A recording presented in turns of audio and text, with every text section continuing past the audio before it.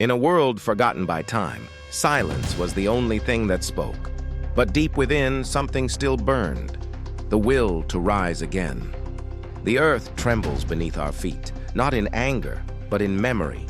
For there are places where fire shaped destiny, where civilizations once thrived, only to be swallowed whole by the very ground they stood upon. These are not just stories of eruptions, they are tales of human courage, of entire cultures erased in seconds, of fire that both destroyed and created life itself. This is the story of the volcanoes that burned a civilization into ash. It began, as all great tragedies do, with silence. The skies above the Mediterranean shimmered with heat. Birds flew low, uneasy. In the shadow of Mount Vesuvius, the Roman city of Pompeii thrived, its markets alive with laughter, its villas painted in color, its people unaware that time itself was running out. Scientists today know the signs well. Tremors, sulfur in the air, the faint scent of fire beneath the soil. But back then, these were simply quirks of nature, not warnings. The people of Pompeii lived their final hours in ordinary peace. Lovers meeting in courtyards, bakers kneading dough, children playing in the streets. And then, the mountain woke. A roar split the sky, deep, primal, unending. The earth cracked. Fire burst forth from the mountain's heart, a pillar of ash and molten rock piercing the heavens. Witnesses miles away would later say it looked like a giant pine tree, its trunk of fire splitting into branches of smoke. The day turned to night. Ash fell like snow, blanketing rooftops, streets, and souls alike. People ran, prayed, screamed, yet the air itself turned deadly. Volcanic gases suffocated those who sought shelter indoors. Others froze where they stood, their final moments captured forever in stone. In just 24 hours, Pompeii and its neighbor Herculaneum ceased to exist. Life paused mid-breath. And as the centuries passed, the city remained preserved, a haunting time capsule of a civilization frozen in its final heartbeat. Volcanoes are the architects of our world. They built the continents, shaped the air we breathe, and forged the soil that feeds us. But that creation comes with a price. Across the Pacific Ring of Fire, from Japan to Indonesia to Chile, civilizations have danced with destruction for millennia. The same energy that gave rise to islands also birthed calamity. Lava does not choose its path. It consumes everything in its way. And yet humanity always returns. From the ashes of Pompeii to the fertile lands of Java, people rebuilt their homes beside the very mountains that once destroyed them. Why? Because volcanic soil gives life, rich in minerals. It promises abundance where death once reigned.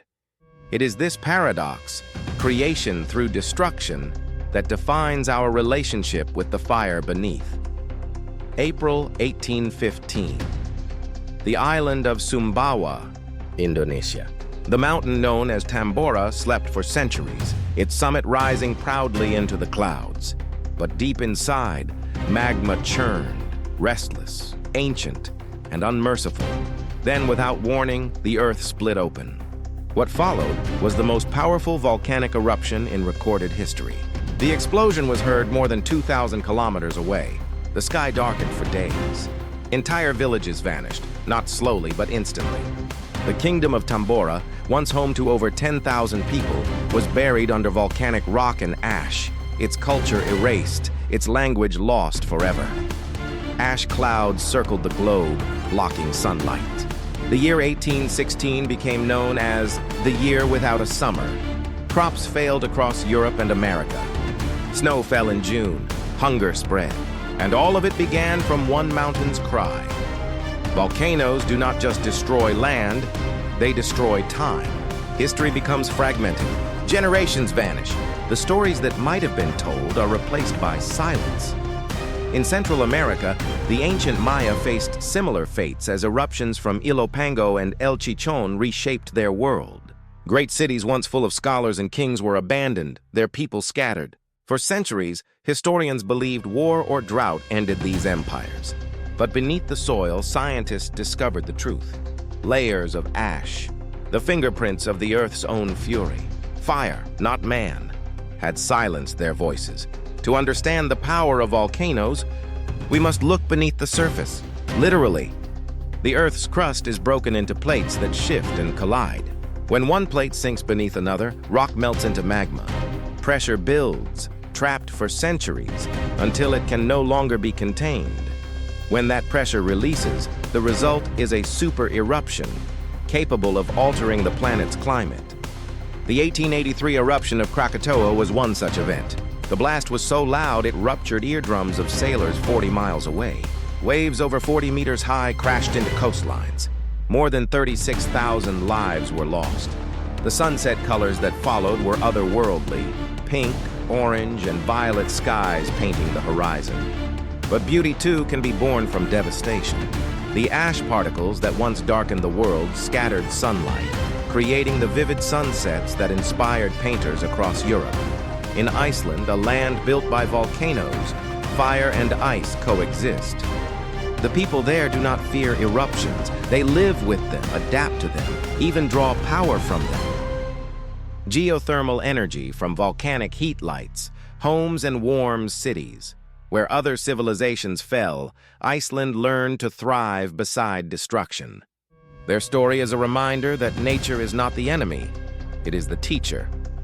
In the same way, scientists today use volcanic activity to study Earth's past, to predict future eruptions and understand how life itself began. Some theories even suggest that the chemicals released by early volcanoes helped create the first living organisms on Earth. From death came life. Throughout history, volcanoes have written humanity's most dramatic chapters. They have buried kingdoms and revealed fossils. They have darkened skies and nourished lands. And yet, we keep returning, building our cities near their fertile slopes, worshiping their peaks, calling them gods, monsters, and mothers all at once. Because deep down, we understand something. The same fire that destroys is the same fire that sustains us. Without volcanoes, there would be no new land, no atmosphere, no oceans, no us. We are born from Earth's violence, and we endure because of it. In a world forgotten by time, silence was the only thing that spoke. Volcanoes remind us that creation and destruction are one and the same, that every end hides a beginning, and every civilization that falls into ash becomes the soil of another. Fire took Pompeii. It silenced Tambora. It reshaped worlds we may never know, but it also gave us land to walk upon, air to breathe, and a story to tell. And in that silence, the world began again, because in the heart of every volcano lies not just destruction, but rebirth. And as long as the earth breathes, its fire will burn, and humanity will continue to rise from the ashes.